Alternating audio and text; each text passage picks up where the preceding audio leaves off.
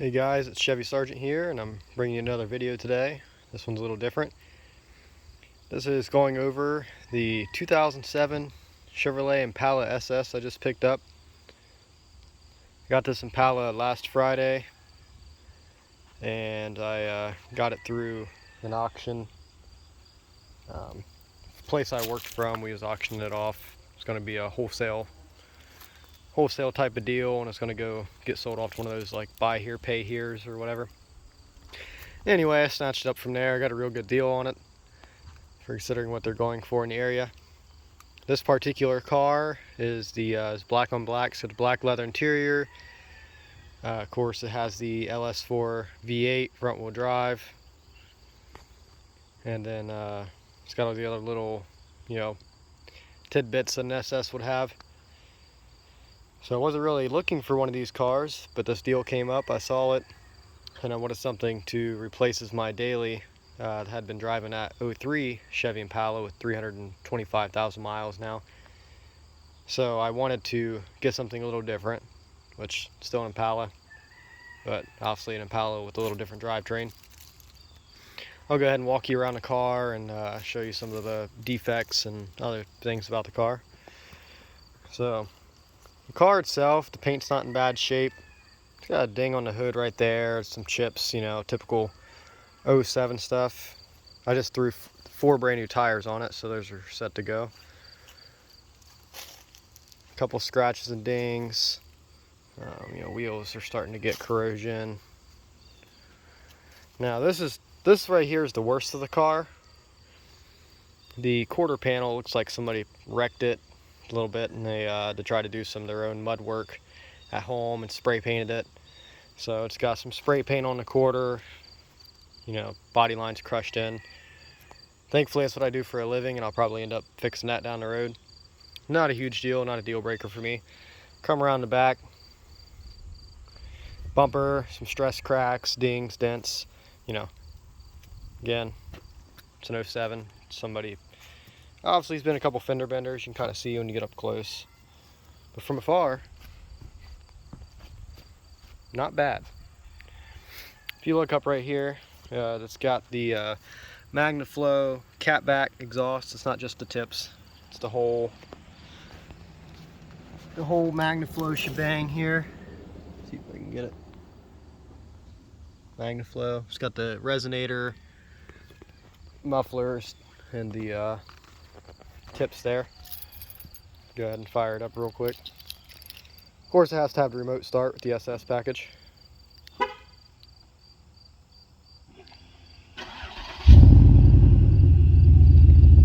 Not super loud.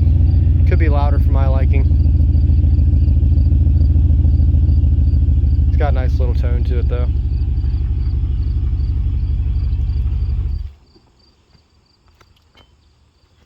Come around this side, got another little dent, some scratches in the bumper, dent in the quarter. Go ahead and take you on the inside of the interior here.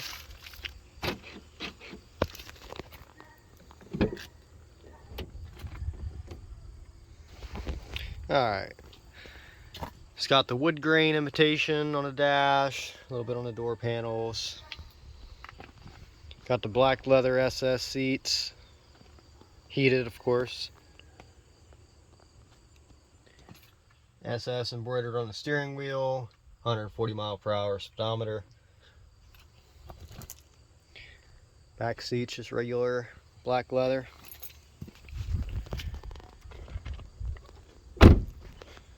Come back around here.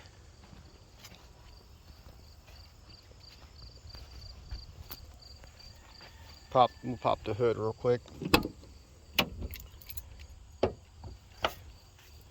Again, here's the look from the driver's view.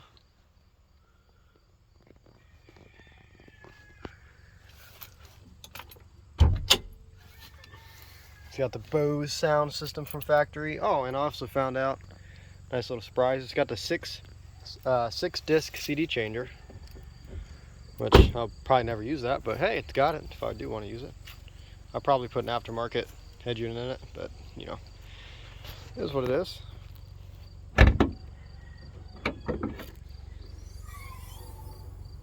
Sounds like a spaceship when you open the hood. Alright, good look here. Ignore the foggy headlight. It's going to get new headlights. So this is what all the hype about this car is about, if you want to call it that. 5.3 liter V8. It does have the garbage GM active fuel management, displacement on demand, whatever you want to call it. Thankfully, I have HP tuner. I went ahead and just turned that off for now. Eventually, I'm going to do a full active fuel management delete, which involves, cam, lifter valley cover, lifters, all the odds and ends, a couple little things here and there to completely delete the system. These are notorious for having engine failure due to the active fuel management. It causes them to burn oil.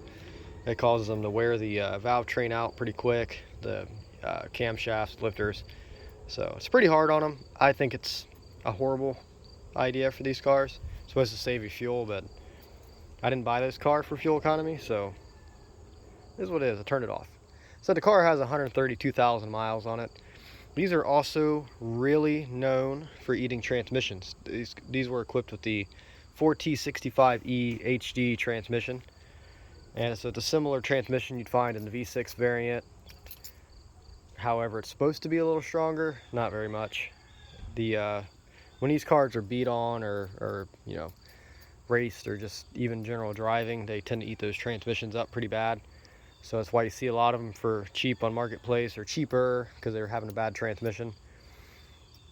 My dad actually has an 08 SS. That first thing he had to do when he got it was put a transmission in it.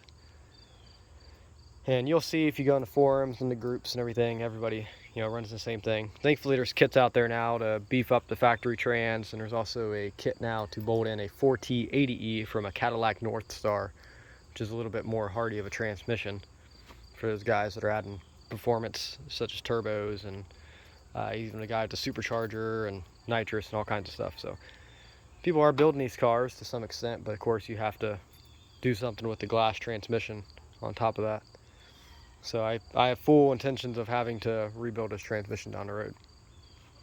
Now, preventative maintenance wise for the transmission, I do intend to get a transmission cooler. I've seen this one by True Cool everybody recommends. It's called like a 40K transmission cooler. So I'm gonna go ahead and bypass the radiator transmission cooler and put a big old cooler in the front for it. Try to keep the transmission temps down. Right now it runs around like 212 city driving. So I mean, it gets up there. We'll keep it down to lower temperatures. There's arguments on both sides saying that it's good for it, bad for it, but I see more people saying a trans cooler is better for it than not. So I'm gonna go ahead and go that route. Another thing they recommend doing with these cars is this is like a stage 1 shift kit. You can get those from Triple Edge Performance for fairly cheap. You can get the whole kit with the gaskets for like $100, or you can get just the kit, I think, for like 50 or something like that. I'm not sure exactly. Have to look into it again. So that can luckily be changed out with just dropping the pan and dropping a couple other components underneath the pan. So I'll probably go ahead and throw a shift kit in it. That'll tighten it up a little bit, reduce the slippage and heat that's going to be generating in trans. So tighten things up, give it a little better chance of longevity. So on top of the cooler. So those are the first two things I plan to do. Do plan to get the windows tinted. Eventually I'm going to get some new wheels. Like I said, I just got brand new tires for the wheels that are on it. They're not in perfect shape, but they'll get me by for now. I mean, they're not terrible. They're not great.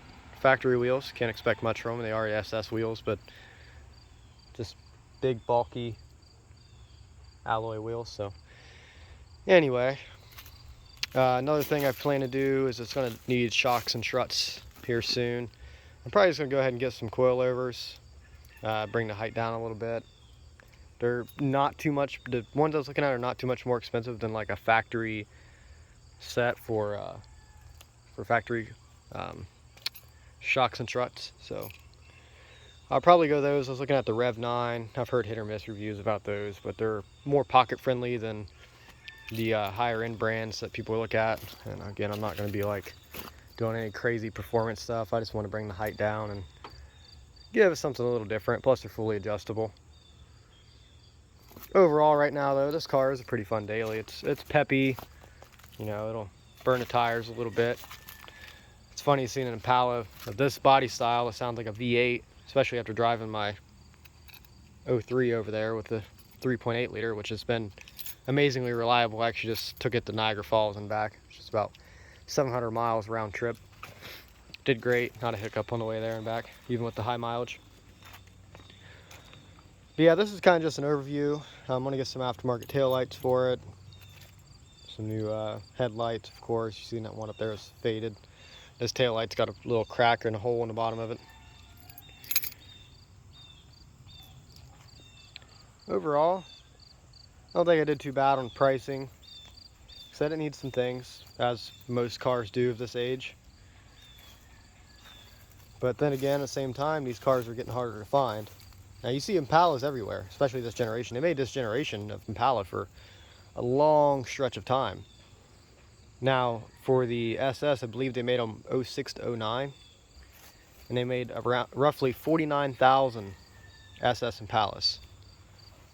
And I believe, correct me if I'm wrong, I believe that is more or less SS Impalas in this generation than there was in like the 94 to 96 SS generation.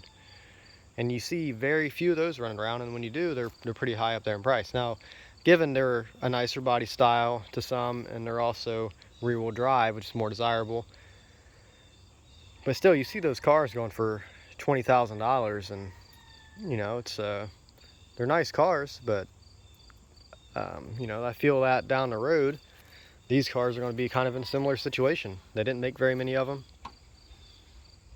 and they're only going to become less and less as the transmissions fail. People junk them. People actually love to take the drivetrain from this car and put it in a Fiero, which, by the way, if those of you follow my Fiero, headlight motor, I think, finally just gave up. Drove it the other night and it didn't go down, so I think it's time for a rebuild kit on that. We'll talk about that another day. But anyway, yeah, so LS4, because it's transverse, people love to cram them in these cars. Definitely a good combination. I mean, look at this car. It's a fraction of the size of this thing.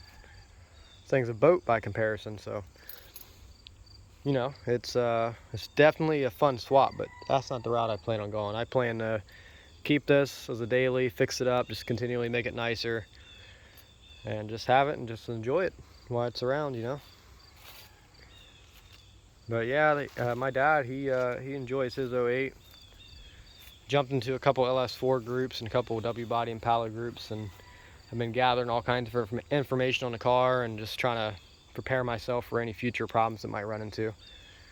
I'm pretty savvy when it comes to the actual LS platform. Again, those of you know my Camaro and know my truck. The truck's got a 5.3 L59, which is the flex fuel variant. The Camaro's got an LQ4, which is a 6-liter.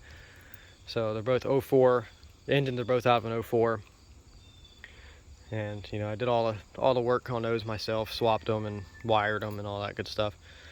So they're both still around. They haven't went away. But this is my current toy. Anyways, I'll leave you guys with that. Just wanted to give a quick update on my new car, and I'll catch you guys next time. Please like, comment, subscribe, dislike, either way. If it gets the channel out there, then that'd be greatly appreciated. Thank you. Till next time.